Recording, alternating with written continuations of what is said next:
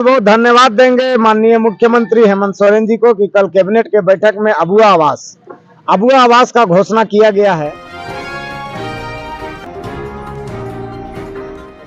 आज आप लोग का 105वां दिन हो गया और त्योहार भी नजदीक है, त्योहार भी आ गया है। अब आप लोग मतलब क्या सोच रहे हैं इसके लिए?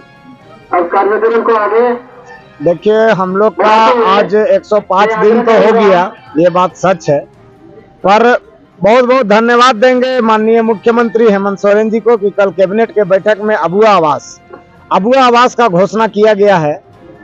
मैं तो ये कहूंगा कि अबुआ आवास का जो उन्होंने घोषणा किया, उस अबुआ आवास को पूरा करने के लिए क्या कुछ अलग से भी वो सोचे हैं, इसके विषय में भी कल उनको बताना चाहिए था कि अबुआ आवास चाहे कोई भी आवास का जो काम करने वाले जो निचले स्तर के हम लोग कर्मचारी हैं, जो विगत 105 दिनों से आंदोलन में बैठे हुए हैं, तो अबुआ आवास को बनाएगा कौन, उसका सिस्टम क्या है, ये एक बार सरकार को अवगत करा देनी चाहिए कि ये पंचायत सचिवालय स्वयं सेवक के अलावा कोई नया बहाली होगा अबुआ आवास को बनाने के लिए, ये सर्टिफाई एक बार कर देना था माननीय मुख्यमंत्री हेमंत सोरेन जी को।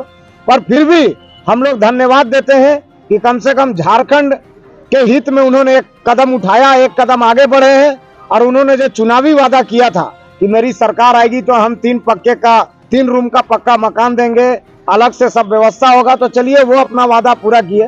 पर वो वादा हम लोग से भी किए थे, हम लोग निवेदन करेंगे कि अपना वादा वो पूरा करें और हम लोगों को भी जो है मांग को पूरा करें।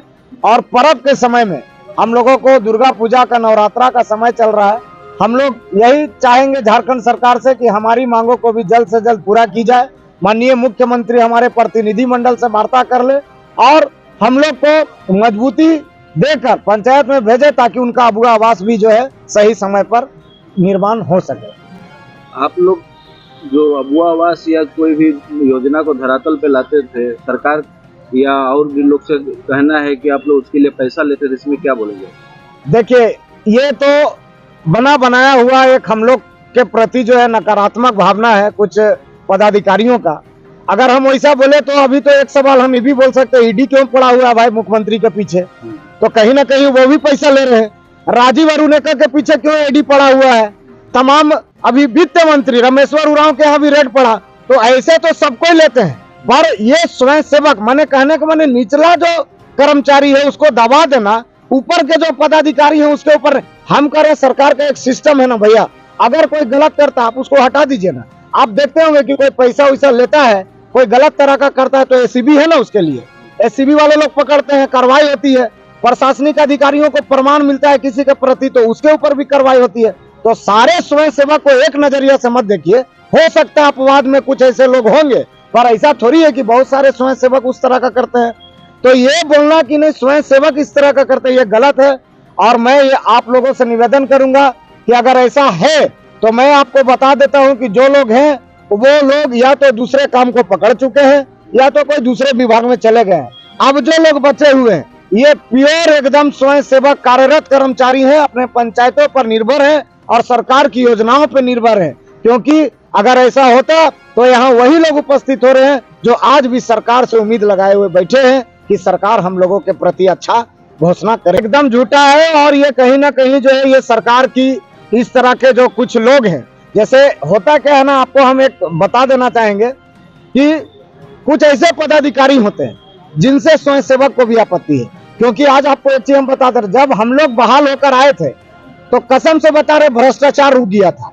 पहले जो इंदिरा आवास जो सिर्फ पेपर में दिखता था, धरातल में नहीं दिखता था, आज आप जाकर देख लीजिए प्रधानमंत्री आवास एकदम दिखता है। तो ये स्वयं सेवकों को देना है, स्वयं सेवकों ने जो ईमानदारी से काम किया है। और जो ये सरकार के द्वारा या किसी पदाधिकारी के द्वारा बोला जा रहा है, समझिए कि उनको पैसा लेने में नहीं बना स्वयं सेवक की वजह से, इसी के लिए स्वयं सेवक को बदनाम किया जा रहा है। का बना हुआ, इसमें वेतनमान की बात कभी आती नहीं थी। सरकार भी आपको बहाली जब किया उस समय वेतन देने की बात नहीं बोली थी, फिर अचानक आप लोग वेतन की मांग कर रहे हैं और आप लोग का अभी तक कोई स्पेसिफिक काम भी डिसाइड नहीं हुआ है, तो इसमें आप क्या बोलेंगे? काम का डिसाइड तो सरकार के गाइडलाइन के तहत ही हम लोग काम कर रहे हैं सर। काम हम लोग को आवास बनाने का शुरू से ही जो मैनिफेस्टो था, कहे यहाँ पर जो भी हम लोग को वर्किंग के लिए मैंने कमेटी बना कि हम लोग का काम क्या है। उसके तहत हम लोग पंचायत में जाकर ट्रेनिंग भी किए। पंचायती राज के जो एक्सपर्ट लोग होते हैं तो लोग आकर हम लोग को 1 हफ्ता का कार्यशाला के तहत अच्छे से फ्रेश ट्रेनिंग देके पूरी तरह से पंचायती राज कार्यक्रम का नियमावली के बारे में समझाए। इसकी 29 नियमावलियां हैं, वो पूरी तरह से हम लोग को ट्रेनिंग दिया गया और उसमें काम करने का सारी व्यवस्था को बताया गया। उसके बाद पहले नंबर में हम लोग को प्रधानमंत्री आवास योजना, एक नया कंसेप्ट जो मोदी गवर्नेंस के टाइम में आया, उससे जोड़ा गया और उसमें हम लोग को शुरुआती दौर में प्रोत्साहन राशि के रूप में प्रोत्साहित करने के लिए काम को दिया गया। लेकिन कुछ दिन काम करने के बाद हम लोग को जीविकोपार्जन के लिए, सर्वाइवल के लिए कुछ न कुछ ऐसा सुनिश्चित मानदेय का व्यवस्था होना चाहिए जिससे हम लोग का सर्वाइवल इतने लेवल में जाए कि हम लोग दर बदर भटकने के लिए मजबूर नहीं हो। ये हम लोग का सरकार से प्रमुख मांग है। हम लोग का सर्वाइवल इतना सुनिश्चित हो, इतना प्रमुख हो कि एक सरकारी कर्मचारी के रूप में हम लोग बुलंदी से काम करें और मन से काम करें। ये बहुत प्रमुख बिंदु है झारखंड सरकार के लिए। हम लोग को जो दुख दर्द है हमारी मांगों को वो उठाते हैं, लेकिन जो हमारा जो मुखिया है माननीय हेमंत सोरेन जी हैं, वो हमें अपने मांगों को क्या सुनेंगे, वो सामने तक नहीं आ रहे हैं। उनको डर है, उनको याद है कि 2019 को याद आ रहा होगा जब ट्वीट किए थे कि हम सत्ता में आएंगे तो इनको कुछ ना कुछ देना ही पड़ेगा, तो वो भाग रहे हैं। और कैबिनेट की जहां तक बात है, बीच बीच में हमारी बात उठते रहती है। कुछ दिन पहले अंबा प्रसाद आपसे मिलने आई थी, उन्होंने भी आपको आश्वासन दिया कि दुर्गा पूजा के बाद आपका कुछ सुख और संदेश मिलेगा, फिर भी आप सरकार के प्रति आक्रोशित। देखिए सर, जहां तक अंबा प्रसाद की बात है, उन्हीं का बात नहीं है। आश्वासन तो हमें ग्रामीण विकास मंत्री आलमगीर आलम से ही मिला है कि दसरा के बाद आपकी जो मांगे हैं वो पूरी किया जाएगा। लेकिन ये केवल आश्वासन से हम लोग नहीं मानेंगे, फिर तो नहीं रहता है। हमारा जो फ्यूचर तो बर्बाद हो रहा है ना। आज जो हम लगभग 8 साल से काम कर रहे हैं, हमें अपना घर है, परिवार है, मान लीजिए हम तो बर्बाद हो ही गए, लेकिन जो हमारा बच्चा है वो भी तो बर्बाद हो रहा है। वो आपका माननीय मुख्यमंत्री जी बोलते हैं कि झारखंड का विकास कैसे होगा। अरे भाई, झारखंड का जो युवक युवतियां इस तरह रोड में बैठा हुआ तो विकास कैसे होगा। इसलिए उनको बिना देर किए हुए, चाहे कैबिनेट में बात उठाना हो, चाहे कोई नियम बनाना हो, देखिए सरकार अगर उनका मन में है तो वो कर सकती है। जब वो प्रोत्साहन राशि दे सकती है तो मानदेय क्यों नहीं दे सकती है। मानदेय देखिए, मानदेय एक होता है कि देखिए, एक चीज है सुरक्षित जीवन का अर्थ है, मानदेय बिना सब व्यर्थ है।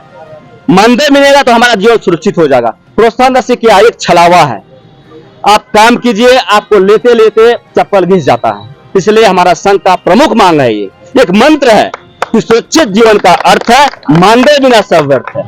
तो ये मांग अगर पूरा करती है सरकार तो हम बहुत बहुत धन्यवाद देंगे उनको। वीरेंद्र कुमार गुप्ता, रांची डिस्ट्रिक्ट सोनापुर। आप सबको जोहार, और आपके चैनल को भी जो वीडियो देखेंगे उसको भी जोहार, और जो जैसे लाइव में है उसको भी जोहार करते हैं। और हम लोग जिस तरह से आज 105 दिन धरना प्रदर्शन में यहाँ पर अनिश्चितकालीन धरना में है, तो जिस तरह से धरना में है, अभी तक सरकार का कोई पदाधिकारी हम लोग से मिलने नहीं है। ऐसा तो है कि जैसे कोई विधायक है, पूर्व विधायक है, ऐसे जैसे कि नवीन हेम्ब्रम जी भी आए थे, तो इस तरह से आश्वासन हम लोगों को मिलते आ रहे हैं। तो आश्वासन मिलते मिलते जैसे कि आलमगीर आलम मंत्री भी बोले हैं कि दुर्गा पूजा के बाद, ये बाद वाला सिस्टम क्या होता है, आप वर्तमान में क्यों नहीं करते हैं। हम लोग तो वर्तमान में कर दिए हैं। जैसे कि 2019 में जिस तरह से बोला ना कि आप पाओ अधिकार, बदलाव करो और अधिकार, इस तरह से आया था, तो हम लोग भी अपना बदलाव कर दिए हैं, लेकिन इसका बारी है अभी। सर एक चीज है, आप लोग स्वयं सेवक संघ मतलब आप बनाए हुए स्वयं सेवक कर्मचारी हैं, आप लोग वेतनमान की मांग कर रहे हैं, लेकिन अभी तक सरकार आप लोगों की काम को डिसाइड नहीं की है, आप लोगों का काम क्या रहेगा, फिर वेतनमान की बात कैसे आती है। जैसे पंचायत सचिवालय संघ सेवक हम लोगों का जो पंचायत के जो भी काम आता है ना, वो धरातल पर आप जानते हैं जिस तरह से पहले का जो जमाना था वो ऊपर लेवल से नीचे लेवल तक आता था। मतलब ऊपर से मतलब कोई शासन प्रशासन लोग जो योजना बनाते थे उस तरह से था। और ये जो हम लोग पंचायत सचिवालय संघ सेवक जब से हुआ है ना, तो धरातल से ऊपर जाता है। मतलब योजना डिमांड किया जाता है, पब्लिक से डिमांड किया जाता है। हम लोग जिस तरह से काम करता है पंचायत में ना, वो ग्राम प्रधान, वार्ड मेंबर, मुखिया और सबको जानता है कि इस पंचायत सचिवालय संघ सेवकों के द्वारा ही काम होता है। जैसे कि पंचायत सचिव लोग रहता है तो हम लोगों से ही करवाता है, और उन लोगों को पता है जिस तरह से पंचायत सचिवालय संघ सेवक लोग 4-4 लोग लिया गया है ना, वो एजुकेशन है, और वो अभिलेख बनाते हैं, वो घोषणा करते हैं, वो बैठक करते हैं, हर काम अपना जमीनी स्तर से ग्रामीण पब्लिक को जैसे मतलब जिस तरह से फायदा मिले उस तरह से काम हम लोग को करवाते मेरा हैं। क्वेश्चन था कि जैसे शिक्षक हैं, हाँ शिक्षक को शिक्षा देने का जी हाँ वर्क है। हाँ, आप स्वयंसेवक हैं तो आपका वर्क क्या है सर? हम लोगों का पब्लिक का जो काम है पंचायत पर, जैसे कि जाति आवासीय वृद्धा पेंशन विधवा पेंशन या फिर कुछ भी जैसे पंचायत के स्तर पर जो काम होता है, जन्म प्रमाण पत्र हो या फिर आवास का काम हो, इस तरह से काम हम लोग करवाता है। नहीं, जन्म प्रमाण पत्र तो प्रज्ञा केंद्र से ही बनती है। बनता है सर, वो मानते हैं प्रज्ञा केंद्र से बनता है, लेकिन आज अभी का डेट में हम लोग पंचायत सचिवालय संघ लोगों को घर घर जानता है कि इसके माध्यम से हम लोगों को ब्लॉक तक या फिर डिस्ट्रिक्ट तक भी हम लोगों का काम करवा सकते हैं इसके माध्यम से, क्योंकि जो पंचायत लेवल का जो काम करते हैं ना, वो दूसरा जो काम करता है वो तो बहुत दलाली भी होता है, उन लोग तो पैसा से भी काम करवाता है, लेकिन क्या होता है उन लोगों के पास नॉलेज भी नहीं रहता है कि हम लोग को किस तरह से कैसे माध्यम से हम लोग को जन्म प्रमाण पत्र बना। इसीलिए पंचायत सचिवालय संघ सब लोगों को उठाना है, और वो लोग घर टू घर जो डोर टू डोर जो लोग हैं उन लोग हम ही लोग के ऊपर विश्वास करता है, और इन्हीं विश्वास के साथ हम लोग सरकार को भी विश्वास किए हैं। आपका परिचय? मेरा नाम अजीत कुमार महतो है, सरायकेला जिला से है। इस काम में हम लोग का 2016 से हम लोग का चुनाव हुआ, ये हुआ नियुक्ति हुआ, 2016 से हम लोग जब से हम लोग का नियुक्ति हुआ तब से हम लोग रेगुलर काम करते आए हैं। आप अपाहिज हैं तो कैसे काम कर लेते हैं? फिर भी हम इसी तरह, हाँ, फिर भी आने जाने में दिक्कत होती है, फिर भी हम काम करते हैं। और काम देखिए, सरकार जो बोली है नियुक्ति की है उसमें तो काम करना है। बेरोजगारी कितनी थी है कि हम बता नहीं सकते हैं, इसलिए हम काम करते हैं। क्या काम करते थे वहाँ पे आप लोग? आवास बनाना, जन्म प्रमाण पत्र बनाना, और जितना भी काम है मतलब ग्रामीण का वो सब काम।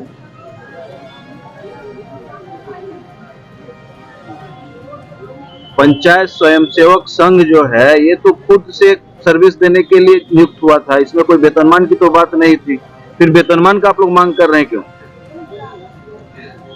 हम बोलना चाहेंगे अपना भाषा में, है ना, कि ये स्वयंसेवक तक मतलब कि जब सरकार हम लोग का चुनाव की थी तो ये बोला गया था कि स्वयंसेवक अपने से सेवा देना, लेकिन जब सरकार आई, फिर हिंदी में बात कर रहे हैं ना, तो हिंदी में बोले, जब सरकार आई चुनाव में, जब रघुवर सर का हमको बहाली किया, फिर जब उसका ज्यादा ही कुछ प्रॉब्लम होने लगा तब हेमंत सरकार बोले कि हमको सहयोग कीजिए, आप लोग को मानदेय लागू कर देंगे, है ना, जो भी रिलेटेड है स्थायीकरण हो या जितने भी है इससे संबंधित हम सारा कुछ आप लोग का वादा जो पूरा कर देंगे, तो आप हम लोग को सहयोग कीजिए। जिस तरह हम लोग मतलब उसके वादे पे हम लोग चले और उसको सहयोग किए, तो उसी की वजह से हम लोग अभी मांग कर रहे हैं कि वो जिस तरह हम लोग को वादा दिया था कि हम जीतने के बाद आपको मानदेय चालू कर देंगे और स्थायीकरण कर देंगे, तो इसके वजह से हम लोग अभी धरना पर बैठे हैं।